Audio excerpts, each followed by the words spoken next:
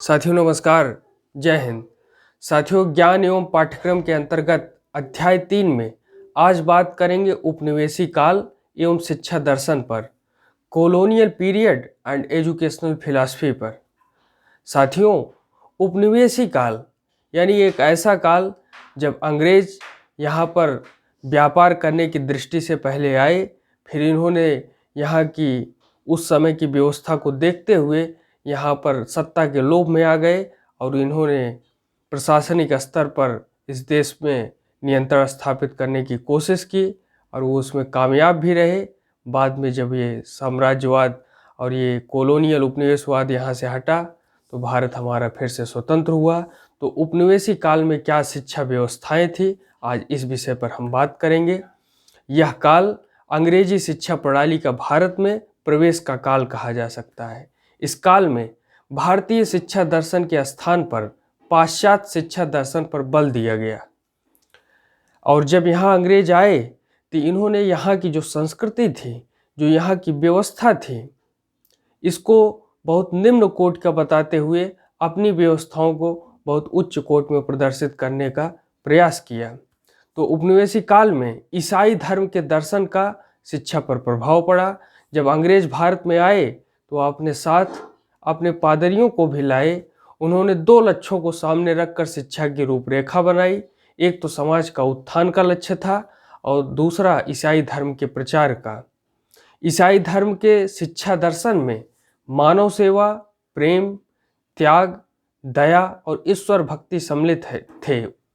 इस काल में शिक्षा दर्शन के संबंध में एक और चेतना जागृत हुई। कुछ प्रगतिशील भारतीयों ने पाश्चात्य शिक्षा के महत्व को समाज के उत्थान के लिए पहचाना। इनमें डॉक्टर राजा राम मोहन राय और सर सैयद अहमद खां का नाम विशेष रूप से लिया जा सकता है।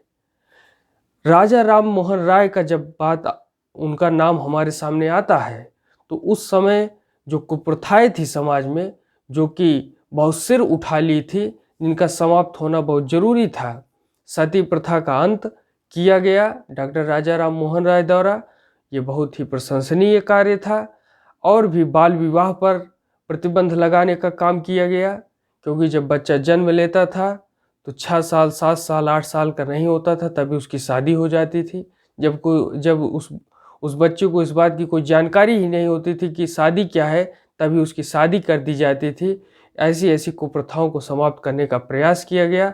सती प्रथा बहुत बुरी प्रथा थी। विधवा विवाह पर बल दिया गया, ये भी समाज के लिए अच्छी बात थी और ये आज भी अच्छी बात है।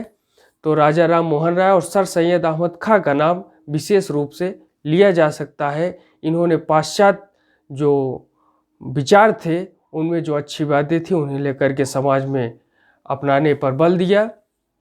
और इस काल के प्रमुख भारतीय चिंतक जिन्होंने शिक्षा के संबंध में अपने दृष्टिकोण प्रसारित किए हैं, उनमें हमारे स्वामी दयानंद सरस्वती जी, जिन्होंने आर्य समाज की रचना की, हमारे सामने सत्यार्थ प्रकाश की रचना की, M.G. रानाडे, स्वामी विवेकानंद और रामकृष्ण परमहंस, जो कि स्वामी विवेकानंद जी के गुरु हैं। और इन सभी लोगों ने, इन सभी विचारकों ने, मनीषियों ने अपने अपने तरीके से शिक्षा के संबंध में अच्छी बातों को बल दिया। और 20वीं सदी के प्रारंभ में जिन चिंतकों ने भारतीय दर्शन के विकास में, भारतीय शिक्षा दर्शन के विकास में योगदान दिया, उनमें बाल गंगाधर तिलक और रविन्द्रनाथ टैगोर और महात्मा गांधी जी और श्री अरविंद प्रमुख हैं। 20वीं सदी के भारतीय दार्शनिक उपनिषद तथा गीता के उपदेशों से प्रभावित हुए थे और प्रभावित होना स्वाभाविक भी है, क्योंकि गीता में ऐसी बातें लिखी गई हैं जो कि हमें आगे बढ़ने के लिए प्रेरित करती है, साइंस की दृष्टि से भी और समाज में हर दृष्टि से भी, और साथ ही साथ हमें आध्यात्मिक उन्नति की तरफ ले जाती है। और इसलिए गीता के उपदेशों पर उस समय भी बल दिया गया और आज भी बल देना जरूरी है। तो शिक्षा को इन्होंने व्यक्ति की मनोभौतिक आवश्यकताओं की पूर्ति का साधन तथा परम आनंद प्राप्त करने की प्रक्रिया माना।